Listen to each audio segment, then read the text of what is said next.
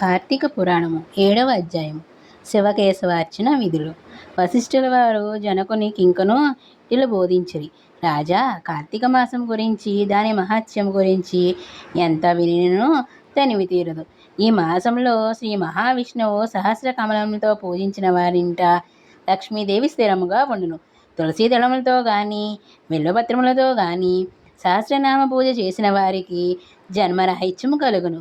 కార్తీక మాసమునందు ఉసిరి చెట్టు కింద సాలగ్రామం ఉంచి భక్తితో పూజించిన ఎడల వారికి కలుగు మోక్షము అంతా ఇంతా కాదు.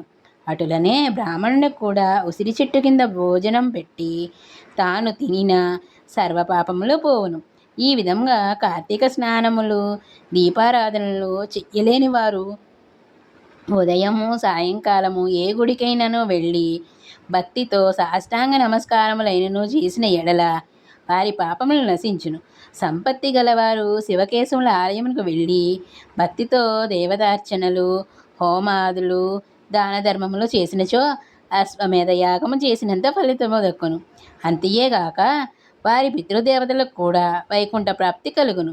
శివాలయమున గాని విష్ణాలయమున గాని జెండా ప్రతిష్ఠించినచో యమకింకరులు దగ్గరకు రాలేరు సరికదా. పెనుగాలికి ధూళి రేణువులు ఎగిరిపోయినట్టే కోటి పాపములైనను పటాపంచలైపోవును. ఈ కార్తీక మాసంలో తులసి కోట వద్ద ఆవు పేడతో అలికి వరిపిండితో కానీ శంఖచక్ర ఆకారంలో ముగ్గులు పెట్టి నువ్వులు ధాన్యము పోసి వానిపై ప్రమిదను నిండా నువ్వుల నూనె పోసి ఒత్తిని వేసి వెలిగించవలెను. ఈ దీపము రాత్రింబవళ్ళు ఆరకుండా ఉండవలెను. దీనినే నందాదీపము అందురు. ఈ విధంగా చేసి నైవేద్యమిడి కార్తీక పురాణము చదువుచుండిన ఎడల హరిహరాలు సంతసించి కైవల్యం మొసగిందరు. అటులనే కార్తీక మాసంలో ఈశ్వరుని జిల్లేడు పువ్వులతో అర్చించిన ఆయుర్వృద్ధి కలుగును. సాలగ్రామమునకు ప్రతినిత్యము గంధము పట్టించి తులసీ దళములతో పూజించవలెను. ఏ మనుజుడు ధనము బలము కలిగియు కార్తీక మాసమందు పూజాదులు సలపడో ఆ మానవుడు మరుజన్మలో సునకమై తిండి దొరకక ఇంటింటా తిరిగి కర్రలతో దెబ్బలు తింటూ నీచ స్థితిలో చచ్చును.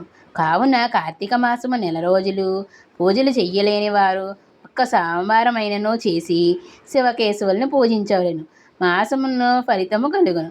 కనుక ఓ రాజా, నీవు కూడా ఈ వ్రతం ఆచరించి తరింపుము అని చెప్పాను. నమశివాభ్యాం నవయౌవనాభ్యాం పరస్పర్లాధరాభ్యాం